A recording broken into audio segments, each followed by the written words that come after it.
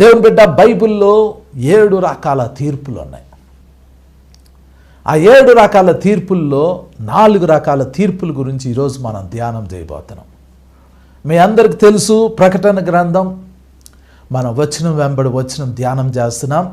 ఈ ప్రకటన గ్రంథంలో 20వ అధ్యాయము 11 నుండి 15 వచనాల వరకు మనం ఈరోజు ధ్యానం చేయబోతున్నాం.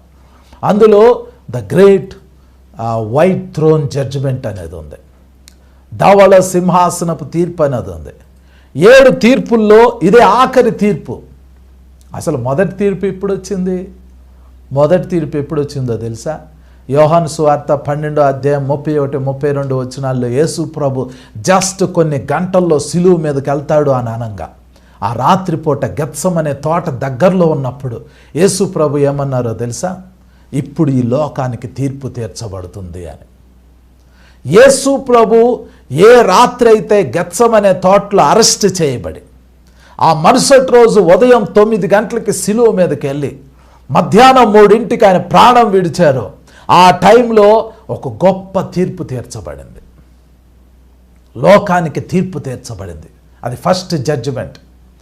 ఆ రోజు యేసు ప్రభువుని నమ్మిన వాడికి, యేసు రక్తంలో కడగబడిన వ్యక్తికి పరలోకం అనేది డిసైడ్ చేయబడింది. ఆ రోజు యేసుని అంగీకరించకపోయినందుకు ఒక వ్యక్తి నరకంలోకి వెళ్ళిపోతాడు. దేవుని బిడ్డ, ఒక విషయాన్ని మీకు చాలా క్లియర్గా చెప్పాలని అనుకుంటున్నా. ఈరోజు ఒక వ్యక్తి నరకంలోకి ఎందుకు వెళ్తాడు అని అంటే, అతడు పాపం చేసినందుకు కాదు. ఒక వ్యక్తి నరకంలోకి ఎందుకు వెళ్తాడంటే, పాపానికి ప్రాయశ్చిత్తంగా యేసయ్య శిలువలో మరణించారు. యేసు రక్తం శిలువలో చిందింపబడింది. అందరూ పాపం చేశారు. ఆ విషయం అందరికీ తెలుసు, దేవుడికి తెలుసు. అందరూ నరకంలోకి వెళ్తారు. ఆ విషయం దేవుడికి తెలుసు, అందరికీ తెలుసు. కానీ ఆ నరకంలోకి వెళ్లకుండా ఉండటానికి యేసయ్య తన రక్తాన్ని శిలువలో చిందించారు. ఈరోజు మనం చేయాల్సిందల్లా ఏంటంటే, యేసు రక్తంతో మన పాపాలని కడుక్కోవాలంతే. యేసు రక్తంతో మీ పాపాలని కడుక్కుంటే మీరు పరలోకం వెళ్తారు. యేసు రక్తంతో మీ పాపాన్ని కడుక్కోకపోతే నరకానికి వెళ్తారు. అంతే. ఇంకా అందులో ఇంకా వేరే ఆప్షన్ లేదు. యేసే మార్గము. యేసు రక్తమే మనల్ని పరలోకం తీసుకుని వెళ్ళిద్ది. యేసు తప్ప ఇంకొక మార్గం లేదు. మీరు పాపం చేసినందుకు నరకానికి వెళ్ళరు. పాప క్షమాపణ పొందనందుకు నరకానికి వెళ్తారు. పాప క్షమాపణ యేసు రక్తం ద్వారా మాత్రమే వచ్చింది. అది ఫస్ట్ జడ్జిమెంట్.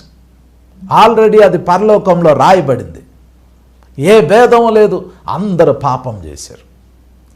దేవుడు అనుగ్రహించే తన కుమారుడు రక్తంతో ఎవరైతే తమ పాపాలని కడుక్కుంటారో వారు నీతిమంతులుగా, పవిత్రులుగా, పరిశుద్ధులుగా మార్చబడి వాళ్ళు పరలోకంలోకి వెళ్తారు. ఇది ఫస్ట్ జడ్జిమెంట్. మీరు యేసు రక్తంతో మీ పాపాలను కనుక కడుక్కుంటే మీకు తీర్పు తీర్చబడింది. మీరు పరలోకంలోకి వెళ్ళిపోయారు. మీరు యేసు రక్తంతో కనుక మీ పాపాలను కడుక్కోకపోతే మీకు ఆల్రెడీ తీర్పు తీర్చబడింది. మీరు నరకానికి వెళ్ళిపోతున్నారు. ఇది ఫస్ట్ జడ్జిమెంట్. అయిపోయింది. ఇంకా అది. రెండవ తీర్పు ఏంటో తెలుసా? విశ్వాసులు ప్రతిరోజు తమను తాము పరీక్షించుకోవాలి. కొరింథీయులకు రాసిన మొదటి పత్రిక 11వ అధ్యాయము 31, 32, 33 వచనాల్లో ఏం రాయబడిందో తెలుసా? ప్రతివాడు తన్ను తాను పరీక్షించుకొనవలెను. ఎవ్రీడే మిమ్మల్ని మీరు తీర్పు తీర్చుకోవాలి. నేను చేస్తుంది కరెక్టా, నేను చేస్తుంది రాంగా, నేను మంచిగా ఉన్నానా, నేను మంచిగా లేనా అని తీర్పు తీర్చుకోవాలి. మీకు మీరుగా తీర్పు తీర్చుకుంటే అప్పుడు దేవుడు మీకు తీర్పు తీర్చడేగా. మీకు మీరుగా మీరు తీర్పు తీర్చుకోకుండా మీ ఇష్టం వచ్చినట్లు మీరు జీవిస్తూ ఉంటుంటే దేవుడు తీర్పు తీరుస్తాడు. అది రెండవ తీర్పు. మూడవది ఏంటో తెలుసా? మహాశ్రమల కాలం రాబోతుంది. యెహెజ్కేలు గ్రంథం 20వ అధ్యాయంలో రాయబడింది. మహాశ్రమల కాలం రాబోతుంది. ఆ మహాశ్రమల కాలంలో ఆఖరి 3.5 సంవత్సరాలు, 7 సంవత్సరాల మహాశ్రమల కాలంలో ఆఖరి 3.5 సంవత్సరాల కాలము ఇశ్రాయేలీలకి ఒక వేదనకరమైన సమయం. వాళ్ళు యేసయ్యను తృణీకరించినందుకు వాళ్ళకి తీర్పు తీర్చబడింది, కానీ వాళ్ళు రక్షించబడతారు. అది మూడవ తీర్పు.